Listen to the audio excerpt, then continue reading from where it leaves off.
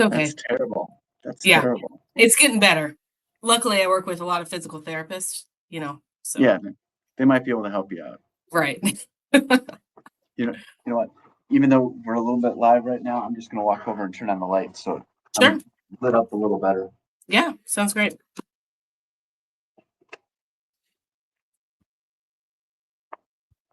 I think that's a little better. So, yeah. All right, we are live with Amy Ryan, and I'm very excited today. Hey everyone, welcome back to SimplyThick John Friends. It's a show where we talk about dysphagia without making it feel like a medical lecture. I'm your host, John Hollahan, founder of SimplyThick, thickener enthusiast, and the guy who is known for thickening pickle juice. Yes, that video took off like crazy on TikTok. And this show is for anyone who cared for someone with swallowing challenges and just wanted things to be simpler, safer, and more dignified, whether you're a clinician, a chef, a caregiver, or a curious problem solver, welcome. You're in the right place. So the theme of today's episode is we're going to dig a little bit into life after implementation, and what happens actually after you put IDDSI into place, and how does it look a few years later. So the policies are in place, the training is done, but real life has a way of testing even the best plans, from staff education and kitchen variability to patient satisfaction, referral patterns, changing staff. Implementation can bring a whole new set of challenges after you've already done it. And the way we're going to talk about this today is I brought in somebody who's lived through it for, I think, 8 years already have been implemented. So we're going to bring in Amy Ryan from SSM Health in St. Louis. And Amy has received her Bachelor in Science from Purdue University in speech language, in speech language and hearing science, and a Master's of Science degree in Communication Disorders and Sciences from Southern Illinois University, Carbondale. And Amy has worked for SSM Rehabilitation Network, a joint venture with Select Medical as a SLP since 2012, and has been in a leadership role for over 10 years, managing SLPs, PTs, and OTs.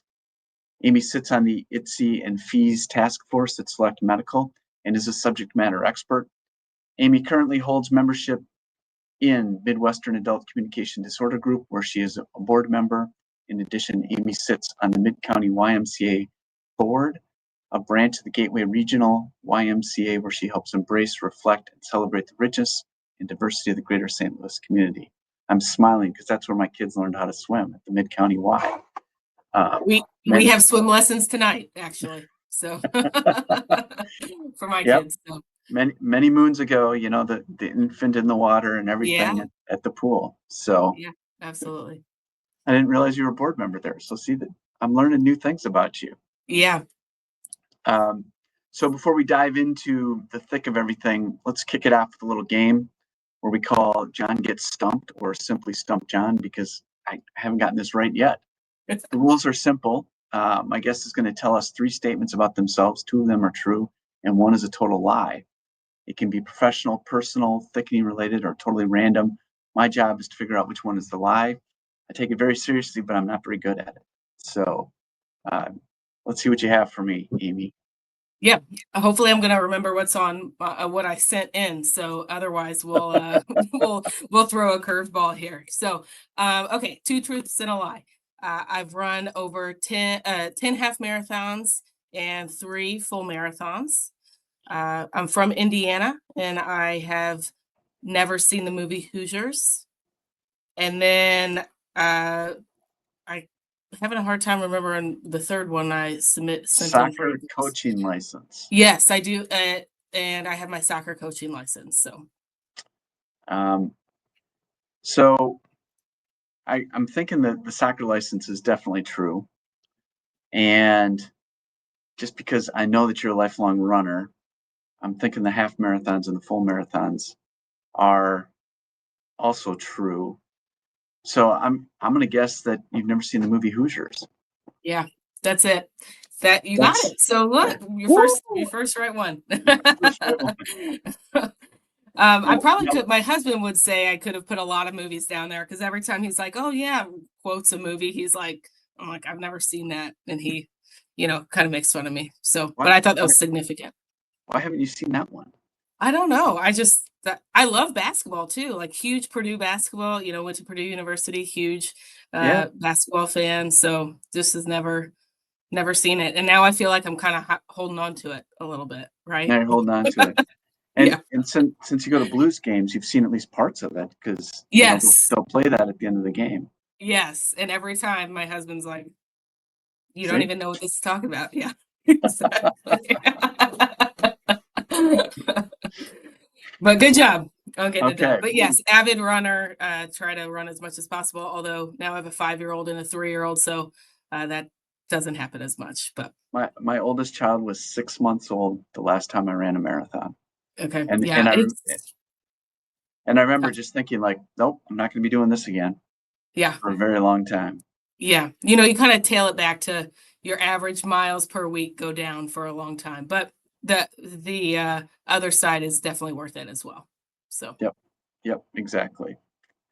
So you guys were very early adopters of IDDSI. So can you give everyone like a quick overview of when you implemented, how it went? I mean, you guys must yeah, have been like doing this all by yourselves. You didn't have the resources we do today. yeah, it was very early on. I actually remember going to ASHA that was in Los Angeles in 2017. So I got to go to the full conference, which sometimes doesn't always happen, right? But I was Yep. there like a day early even. And so I got to go to some of those early workshops, like pre-conference workshops. And one was a 4-hour, I believe, 2 to 4 hour IDDSI workshop. And I remember I'll never forget where that space where I was, and they were talking about IDDSI, and I was just like light bulb on. This is what we need, and so that if I hadn't attended that course. Where we got to do hands-on testing, learn about the method, learn about the science behind it, learn about the ability to duplicate it. I probably wouldn't even be sitting here today because I wouldn't have had the chance to be an early adopter. So really was fortunate enough to be able to present at ASHA on a completely different topic at that time and be able to go and kind of get the bang for my buck there. And so after I went there, I really, reached out to, all of my partners and my colleagues at work, and I said, we have got to do this. And it really stemmed from really kind of being burnt out of trying to teach individuals how to make food at home, teaching family patients and their family members how to make this crazy food I'm talking about on our NDD diets at home was a huge frustration. So at the time, I was a staff SLP and working at a large hospital within SSM and on acute care, and we would get outpatient modified barium swallow studies all the time. And that was a majority of what we would do is have to modify these diets. You see these patients for 1 hour. You're probably never going to see them again. And how do you give them all the resources needed to Mm, prepare food at yeah. home? So that was a huge motivator for me. Luckily, I work within the joint venture, so we have an acute care side with SSM Health, and then we have an inpatient rehab side with Select Medical. And so I really felt like I had the support to be able to go and do evidence-based, implement evidence-based diets and do IDDSI pretty seamlessly. So now I was very fortunate in that regard. See, the first time I heard IDDSI, I heard a presentation, I fell in love too. Yeah. I mean, mine was at ASHA in Denver 2 years Okay. before that, but we started presenting about it then, and we had a formulation change in February of 2018, and we kind of were really daring. We switched our artwork and our colors, and we adopted the IDDSI colors and put dual labeling on there. Yeah. And so that was February of 2018, and at the time, not many people had heard about it at all. I And actually really remember that, John, because like I said, I was practicing then and not in leadership quite yet. And we had our health system had used SimplyThick for a long time, and then we switched to a powder thickener that wasn't cutting it. And then on the way we went back to you guys, I remember like, whoa, this is a huge change. A tidbit side note of that is my husband worked with a company that you guys worked with to design your product packaging, which I don't think we've ever talked about that. So we'll have to, that's a No, different, yeah, that's a different topic altogether, but kind of just small worlds all come together. So very he's St. in, Louis. yeah, very St. Louis. But I remember that and I thought, wow, why did we ever switch from SimplyThick to this Yeah. powder thickener? And, you know, obviously, as you know, we've come back altogether. But yeah, it's great to kind of have something that ignites your fire, right? Like Yeah. this is something that's going to help people. Um, Okay, so you guys implemented in 2017 and it's all been perfectly smooth, right? well, Or do you still have some yeah. challenges today? You know, like everything, we have challenges. You know, so it came back in like November of 2017 after that conference, and it took a while, right? Mhm. Took a while. Acute care adopted first, and then we went to inpatient rehab, and that adopted a few years later. So this was a journey over about 2 years. I would say 2018 to 2020 was a big journey in learning, and I think. We have the same challenges that we did when we were trying to implement, but in a different way because now we have the tools to overcome those challenges. Mm. I remember trying to pitch this idea, right, and trying to get buy-in from all these people who kind of knew me. Oh, and by the way, during that time, I was getting married and also took over a leadership role and was moving my office to a different hospital. So, you know, all the life keeps happening and you Yeah, still yeah, have to yeah. advocate for all this stuff. Um, I think the challenges that we still face today are just coaching people on how to prepare the food and not letting them get so overwhelmed in the testing. That was the first thing that really and still can you can get caught up on is, oh my gosh, I'm going to have to test this on the line. That's what I thought. It's like we're not going to be able to test every single plate that goes out to these No? large hospitals, right? And so, kind of reeling it in and saying if your instructions and your recipes have the foundation to produce the food that you need, then you can kind of mass implement that and go back to that, right? Like go back Yeah. to those pillars, and that's what we do all the time, right? Is like something's not preparing right. We were talking last week. Maple syrup is a hot topic in our hospital system right now. So you know, going back, you know, my first question was, do you think that this would pass? My first answer or question back is, did you test it? And those are kind of some of the same challenges we go back to is for us that have worked prior to IDDSI, been SLPs prior to IDDSI, you know, you always kind of want to say, well, what do you think about this? And we always now say, go back and test it. And Mm. it's right there for you. Yeah. So it was kind of hard in the beginning because the materials have evolved so much, which is great, right? It would be great to be day one implementing now, I think too, based on the based on materials. But nonetheless, it's been good. And I think you know, minced and moist is always a challenge and will always be a challenge. I think that's a hard diet to replicate at times with certain foods. See, I thought minced and moist was easy. I'm It's soft and bite-sized, it's a problem when I make food, 'cause Yeah. that itsy softness is so soft. Yeah, I think, you know, in the hospital, food tends to lend softer Okay. anyway, right? The way it's prepared or the you kind of think of like I think of when my grandma would take us to like the cafeteria to eat lunch, like you know, down the street from her house or whatever. That Yep. food lends to be a little bit softer in these kinds of settings versus home. I think soft and bite size would be hard. But minced and moist here to be able to replicate the same you know, ground turkey sausage. It's another thing I was testing last week. Ground turkey sausage for breakfast to replicate Um, that, you know, those types of breakfast things. meats are a problem, yeah. Yeah. And really, I would say breakfast in general, because breakfast is so bread focused. And, you know, you guys have made a great recipe for bread. via SimplyThick, which is awesome. To be able to replicate that in the hospital is challenging, right? So Yeah. how do you eliminate bread in breakfast, provide a nutritious breakfast meal, and also be able to prepare it in all of the diet types is a challenge for sure. Yeah. I that when it comes down to it, the operationalizing of the diet is the key to the whole thing. Yeah, And absolutely.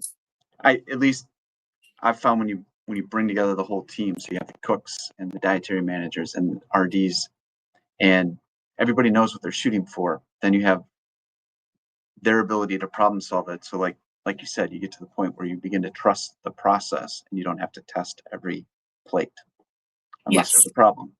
right. Yeah, and I think, what can you trust the process, and you can very easily see where the breakdown is if you're following it, if your procedure is good, right? Like that's a great testament to IDDSI and how well it can be mass produced. Is it's usually pretty easy to see, oh, you didn't use the RoboCoo for 5 pulses and you only did 3 or whatever. That's how intimate you kind of are with your machines. But that it does take a village. It takes a team. That multidisciplinary team that we talk about with patients kind of shifts to behind the scenes with RDs and all the kitchen staff and management as well. Yep, yep. I see that a lot. So, do you have like local people or even across the nation, your friends reaching out as they're just beginning the journey now? And what type of questions are they asking? Yeah, I think yes, but I feel like I'm talking about IDDSI every single day, in some way, shape, or form. Whether it's with you or any of you, if the people that work at SimplyThick or just across the hospital systems. I know there's a few hospital systems who are have not adopted yet. That we're working really hard to kind of motivate to do that. I think more. Not necessarily food specific for me now is more of a motivator to get people bought into IDDSI, right? Like Yeah, we did it across 8 hospitals, all relatively at the same time within a 2-year process. You can do it too, and this is how. And I think kind of it's more of a coaching, taking out that, oh my gosh, this is the whole thing I have to think about, and saying start here. My biggest advice I usually give people is start with one diet type, right? You don't have to do hmm, all of them. So start with soft and bite size, or start with puree. You're already doing puree most of the time. So that's typically what I'm doing. And then with Select in our joint venture, we have hospitals all throughout the country and critical illness hospitals all throughout the country. And so just kind of helping them get started on their journey if they're not as far, because not every hospital is on the same track. what Just depends on the personnel. who do you find is initiating this at different facilities? Is it generally speech led, or who else is? Yeah, my experience has been speech led. I also with a strong RD and a strong director of food service or kitchen manager behind you, right? Like typically what Yeah, I've said is like the speech, which is pretty true for speech therapists in general, is like we're going to be out in front trying to go get them. Mostly, most of us are in that bucket, and then most of the RDs know about it, have heard about it, want to do it, and kind of need that push. My sister is an RD, so I feel like I can to talk about them in that way, in a positive light. But that's kind of mimics our relationship a little bit too. yeah, So, but yeah, you can only be a person on an island for so long before you need other people around you to help implement it. Because as an SLP, there's certainly limitations of kitchen and food service that I have learned over the years, but not the expert in. So, trying to bring in those experts for that. yeah, yep. It it's got to be such a challenge because speech therapy is like way over here, Yep. but you need the cooperation way over there, and you got Yeah. to figure out how to build those relationships and how to bridge that gap. Yep. Was it was that tough for you, or was that something you just naturally already had in place? You know, um, I'm pretty outgoing extrovert, so I feel like I knew the kitchen staff from a different way, right? Like, because we were so intimately involved with dysphagia, national dysphagia diets before, and they were probably not right all the time before, because that's such a hard diet Yep. concept. It pooped out halfway through, so we kind of had to make it up as we go along. So I was pretty involved with the kitchen staff, going down, talking with them, bringing them donuts, bringing them candy, kind of fostering those relationships. But the challenge we have with kitchen staff, and I think that this is not just unique to us, I think it's throughout the country, is there's a lot of turnover in the Yep. kitchen. And so continuing to have to do that, I think, is a challenge, right? To get those people that are so prepared, like so involved in the patient's experience, but they're never seen. They're huge, hugely impactful. And what we started doing was doing in services to the kitchen staff on what dysphagia was Mm. and why dysphagia is so important to know for them, because they are holding the key to the patient's safety. And so once we started doing that, you could see the buy-in. Just, I mean, it was again like a light bulb, probably like when I was at that convention. It just had that moment of, wow, this is really helpful to people. So, Yeah. I think everything has its challenges, but getting explaining the why is usually what I try to go to always, and that How that how helped. often are you providing in services to the kitchen staff? We've been implemented for a while now, so we haven't done it. We probably should. Probably should encourage my SLPs to get down there once a quarter and just touch base. I would see that would be a good cadence. Now it's kind of more one-off, or through the director of food and nutrition, or through the RDs that we're interacting with. So but I would say, when we first started implementing, we were doing quarterly in services. We were doing weekly testing on all items, breakfast, lunch, and dinner. We had a cadence. I was reviewing most of the testing sheets, just so we ensured that we can duplicate this no matter whatever time of day, no matter what, like, location. So are you guys going down and having minced and moist meals, or are you just You know, testing? I we're not having meals, but we should. I actually did eat the ground turkey sausage with gravy on it the other day, and we were testing some soft and bite-sized French toast. So I do always try to test and eat at the same time, so I know what's happening. My colleague I was testing with, who I won't name, had a hard pass on the ground turkey sausage, but it was good. I I enjoyed it. it's National Dysphagia Awareness Month, right? Yeah, So yeah. last month, or last week, 3 of the days, I went back in our testing kitchen here, and I turned on TikTok live, and I processed my lunch into a minced and moist meal or a pureed meal. So, like, I had Cane's chicken I pureed one day, and think another. Oh, I had a salad from Dewey's Pizza. Actually, I took their candy walnut Really? and grape Okay. pizza with Yeah. chicken on top. Pureed Okay. the chicken, and then, I mean, because I can handle nuts, so right, I Yeah. pureed the whole salad with the nuts and the grapes and the cheese, and then I How picked was it? oh, it was awesome. It was Was very it? nice. It was very good. Good. Yeah. Yeah. Yeah, yeah. So I've done that a few times just to help people see it's not that hard. Right. And I tested it, and I took the parts. I mean, it's a different way of thinking, and it's a different way of approaching it. But I was kind of surprised. The Cane's box of chicken fingers, I think it just had 4 in there, but I got 2 4-ounce breast servings out of there, chicken breast. It was Oh, really? filled my form, and I put it on the plate. Yeah. Did you have to add anything to the chicken? Yeah, you have to add some moisture, just like if you were Yeah. chewing it in your mouth. Right. Um, there's a speech therapist I know who says we're all on minced and moist diets. It's just most of us do the processing in our mouth. Yeah, absolutely. I like that. And I told her I'm gonna give her credit for a while, but I'm gonna steal it someday. So Yeah, Ellen, absolutely. Ellen Andrews, there you go. Yeah. She's the one Yeah. who told me that. That's funny. So you mentioned, like, one of your frustrations before you implemented was having these conversations with families. So it seems like we should just kind of touch base on that. And Sure. how has IDDSI helped you with the outpatients or dealing with families and discussing this? Yeah, I'll plug your guys' cookbook, which is awesome. Well, thank Too. you. You didn't even have to tell me to do that, but yeah, we on the rehab side, we get to work a lot more with the OTs and the patients on Mhm. how is this going to impact you at home. And so we utilize the cookbook as working sessions, right? So like pick a recipe, let's talk with OT, how would we make this and do those kind of combined sessions.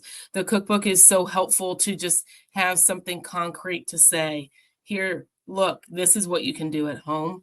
And so that's been really, really impactful because while IDDSI has made it simpler, it still can be overwhelming, right? Because Yeah, most of the time, this is a brand new diagnosis for all these patients. And so the family is overwhelmed about the complexities of all the medical care, not just eating and drinking. Um, so the cookbook is great. I think in the acute care setting where we're seeing them, it's so nice to be able to just give them a website, print out that section, whatever diet you need right there. I mean, I have like nightmares of like being in a radiology suite and running back and like trying to Google NDD, what can they have, and print out just to yeah, give families something. And now it's like, you know exactly where to go, IDDSI.org, you know exactly how to find it. It's that part, the implementing IDDSI physically with the food is the same. And so is giving, like, it's predictable on where I'm going to get those resources. So, and you can just see kind of some relief, right? Like, ooh, okay, the family knows that they are going to be able to do this in some way, shape, or form, and have those conversations. I also think the landscape of dysphagia has kind of changed a little bit in my tenure versus before. Whenever I started, it was like everyone has to be, well, if you're not going to do the diet I recommend, then you're going to aspirate, and that's really, you know, yeah, bad. Versus now it's like, this is what we recommend and this is what your right is, and you can choose, and let's work together somewhere in between, and here are these great resources that I can provide to you, to help you and make it not so overwhelming. yeah. So on the cookbook, it, it brought together a couple things for me. Like my daughter had oral surgery, and Yeah. the physician was worried that she was going to break her jaw if she chewed on hard food. So he said, "I'm going to put her on a soft no chew diet." And I said, "A soft no chew diet? What's that?" He said, "A soft no chew diet." I said, "No, I don't know. What is a soft no chew diet?" He goes, "Foods you don't need to chew." I'm like what?" And so he hands me that 50 times photocopied, hard to Yeah. read, illegible piece of paper that listed a few things, and it was like, "Oh, so she's going to eat like yogurt for the next couple weeks?" And he's, "Yeah, she'll be fine." And I was like, I'm in this industry and I'm dealing with ITSY, and I'm like, it sounds like it's really a minced and moist diet thing. Yeah. But then I'm like, okay, so I have the resources, I have the training, I have the knowledge, and I was able to walk through that. But I was thinking, like, people at home, like, I'm not even saying our techniques are the best. I'm happy to do the next edition where we put in Yeah. better techniques. But Yeah. it was like literally like everybody in the family knows, like my mother-in-law is the one. She makes the best food. And if somebody in the family gets sick, she's going to want to know how to make food for Yeah. them. And Absolutely. so it was just sort of focused on how do you take what we're doing at home and how do you process it. Yeah. And so it makes no illusions that we're going to teach you how to cook. It just says, now you have the cooked food. What are you going to do? And that's what people want, right? Like Yeah, that is a lot of what people want in the hospital. We see, well, what can I do? Whether it's a knee, a hip, a stroke, families ask, what can I do to make it better? yeah, Or what can I do to get over this? And the at least now we have some concrete examples, right? We have, this is what you can prepare. Oh, they yep, love meatloaf. They love mashed potatoes. Those are easy ones. Here's this cookbook. Let me show you. Um, and yep, here's this recipe, right? yep. And So I'll tell you that writing that cookbook, my wife was our editor, and she is so good at that. Like there were some lunches where I was like, I'm not happy with you, but I'm going to come eat lunch and because it would she would send me questions like, well, on page 39 you said this way, and on page 152 you said it that way, which is it? And I'm like, how do you notice that? Yeah, I'm like, she's good. obviously I wrote it on different days. That's why. Yeah, that's funny. But it's definitely a labor of love. And like I like to tell people, I'm like, look, yes, we sell it for $30. And it is all color. Every page has color on it. Yes, Every picture in there was something we made and somebody took a picture of. It's not like somebody photoshopped it together or it wasn't AI generated or anything like that. Somebody at SimplyThick made that food, took a picture of it, and then we wrote out that recipe for you. So yeah, it's not something we thought about or we know it'll work this way. Somebody really did it. yeah, And to get those color photos and to get all those color sections, the production cost is high. absolutely. And so that's what I always try to tell people. And it has been a hit, so to speak. We've sold thousands of them. And like I say to other people, I'm like, yeah, we're probably not even close to recouping our costs yet, but that's okay because it's that service to the people out there. And I go back to that conversation with the doctor and my daughter where I was like, a soft what? Soft no-chew diet? You So know, I putting those tools in their hands, that's what I wanted. And I think too, just the like reputation of what you're doing is so vital to helping others, right? It's not, I always go back to like that miracle on 34th Street, right? Like Yep. if we don't know the answer, we'll find it out. And I think, that philosophy carries through for sure. And, if I always tell patients and their families or my SLP is like, if you find a better way, you tell us what to do and I'll definitely help with that. So I think that pays dividends in the end. And that, like I said, cookbook is a great resource. I know Lori did a lot of work on it too. Oh yeah. She's a great Yeah. partner Well, and has taught me yeah. so much about IDDSI as well. So really appreciate all You, you you guys you do know, do because you want to know what my silly ASHA poster presentation submission was this year? I don't know if it's been accepted yet, but like I was just frustrated. I'm like, well, and pasta's so difficult. But I yeah, heard there were shapes out there that would fit soft and bite-sized or mince and moist naturally. And so I even tried looking on websites. I tried calling or sending in emails to the pasta companies. Nobody has information on what their cooked pasta sizes are. So we just had one of our lab techs. She cooked like 60 different kinds of pasta.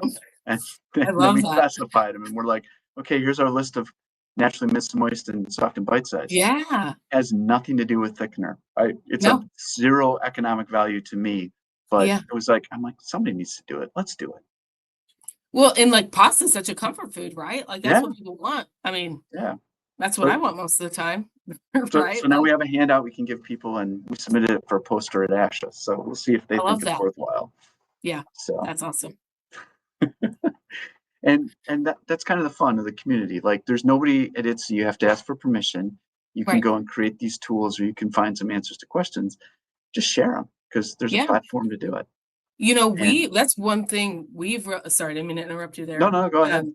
That was one thing that we did is we adopted some bread items into our minced and moist and our soft and bite size in the hospital because we had to. Otherwise, patients are getting cold, dry cereal Hmm. or a banana or yogurt or cream of wheat or oatmeal that sometimes doesn't even pass either. So, I love that freedom. Some people will say, like, well, bread's not allowed. Well, but if you read the fine print, if you can get it to pass, and if you're in your facility can make exceptions based on your clinical expertise. And Yes. so I think, a guideline to follow, but the freedom to do what's needed for success of your patients and satisfaction of patients. When now, especially in a world, everything is going to be reviewed online in some way, shape, or form. So, and it's almost always about the temperature of the room or the temperature of the food or the taste of the food in a hospital. So, So I did hear when I went to the ITSE Pilot Academy in a couple months ago that ITSE is a language. It's not a law. oh, It's a yeah, language. yeah, And I so like that. that's a good summary of it. Yeah, Um, absolutely. so I guess we should just point out that like if you want to know more about Amy's implementation journey, um, we are hosting a webinar in a couple Yeah, weeks. I think July 17th? yeah, yep, And just so about a month. yep. And Amy's going to go through the implementation journey she went through. And I think I'm going to do the education on the testing methods. So I guess we'll be back together. Yeah. And I think when I asked you on this, I wasn't even thinking about that, you know, it seems like we're promoting it just right, but yeah, it worked that was out. just happenstance, just happenstance. I think we're just open up registration for that. So Yeah, last night, I think. Yeah. yeah. So it's going to be a good event. We call it an intermediate webinar. There are CEUs for CDMs, RDs, and speech, I believe. Yep. And it is, Amy is a repeat guest because the information she provides is so valuable and people have liked it so much. So you'll be able to learn more about that if you want to just see the details. And I think we charge like $20. I Yeah. mean, it's like a nominal fee, and really what that is we send a box to people Yeah. with That's the best part. stuff so they can do testing. And basically, I'm just trying to cover my costs of that box. So yeah. And, you know, I know if people have, somebody asked me that I work with, like, oh, I think I've seen, you know, that you do this before a few years ago. And I said, yeah, it's going to be different because we're covering a little bit more of transitional solids now, easy to chew and transitional solids, which have kind of been added on before this early adopter. So there'll be new content as well as, you know, more in-depth experience too. yeah, and that's the thing. I keep going to all these IDDSI festivals and things because I keep learning something every time I go. Yeah, absolutely. And that's the point. Is IDDSI that language? We keep learning from each other and sharing our experiences. So That's great. I think it's a great point to end this at. And so I just want to thank you for sharing your time and your experience and with everybody on LinkedIn. So thanks a lot, Amy. Thanks so much for having me, John. It's always a pleasure. Yep, no problem.